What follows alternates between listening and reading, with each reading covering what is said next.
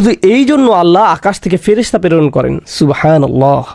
আল্লাহ তাখাফু, এখানে যে আন দেখতে পাচ্ছেন তার মানে হলো আল্লাহ তাখাফু, ফেরেশতাদের আগমন এই উদ্দেশ্যেই ঘটে যেন আপনি ভয় এবং দুঃখ ভরাক্রান্ত না হয়ে পড়েন। আমি আগেই বলেছি আমাদের দিন আমাদের জীবন থেকে দুঃখ কষ্ট দূর করে দেয়, মানসিক চাপ এবং মনোবেদনা দূর করে দেয়।